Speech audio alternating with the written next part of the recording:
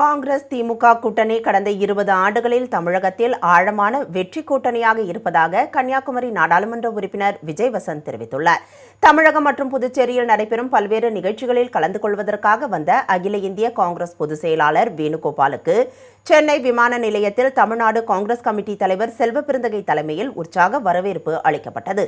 இந்நிகழ்ச்சியில் அகில இந்திய காங்கிரஸ் தமிழக பொறுப்பாளர் கிரிஷ் ஜோடங்கர், அகில இந்திய காங்கிரஸ் செயலாளர் நிவேதித் ஆல்வா, தமிழ்நாடு சட்டமன்ற காங்கிரஸ் தலைவர் ராஜேஷ்குமார், கன்னியாகுமரி நாடாளுமன்ற உறுப்பினர் விஜய் வசந்த், தமிழ்நாடு காங்கிரஸ் சட்டமன்ற உறுப்பினர்கள் அசன் மௌலானா, சந்திரசேகர், ரூபி மனோகரன், தமிழ்நாடு காங்கிரஸ் கமிட்டி துணைத் தலைவர் சொர்ணா சேதுராமன், தமிழ்நாடு காங்கிரஸ் கமிட்டி மாநில பொதுச் செயலாளர் காமராஜ், தமிழ்நாடு காங்கிரஸ் கமிட்டி அமைப்பு செயலாளர் ராம்மோகன் மற்றும் மாவட்ட தலைவர்கள், நிர்வாகிகள் உள்ளிட்டோர் கலந்து கொண்டனர்.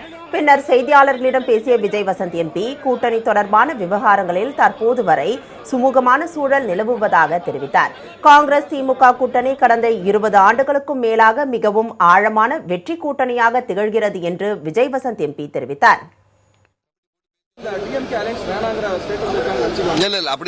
அதாவது மீடியா ஸ்பெகுலேட் பண்றாங்க. இப்போதைக்கு ஒரு நம்மளுடைய கோரிக்கைகளை நம்ம வைத்து இருக்கிறோம். இந்த நேரில் 22ஆம் தேதி கமிட்டி போட்டு பேச்சுவார்த்தை நடைபெற உள்ள நிலையில் இப்போதைக்கு அதை பத்தி கமெண்ட் பண்ணது இல்லை.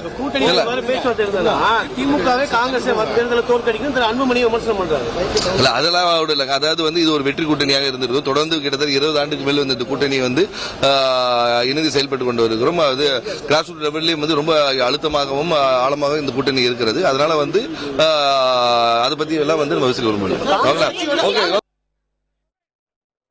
இதனிடையே விஜய் வசந்த் எம்பி தனது எக்ஸ் தளத்தில் வெளியிட்டுள்ள பதிவில், காங்கிரஸ் மூத்த தலைவர் மணிசங்கர் ஐயர் காங்கிரஸ் தலைவர்கள் குறித்து கூறிய கருத்துக்கள் கண்டனத்திற்குரியது என்று குறிப்பிட்டுள்ளார்.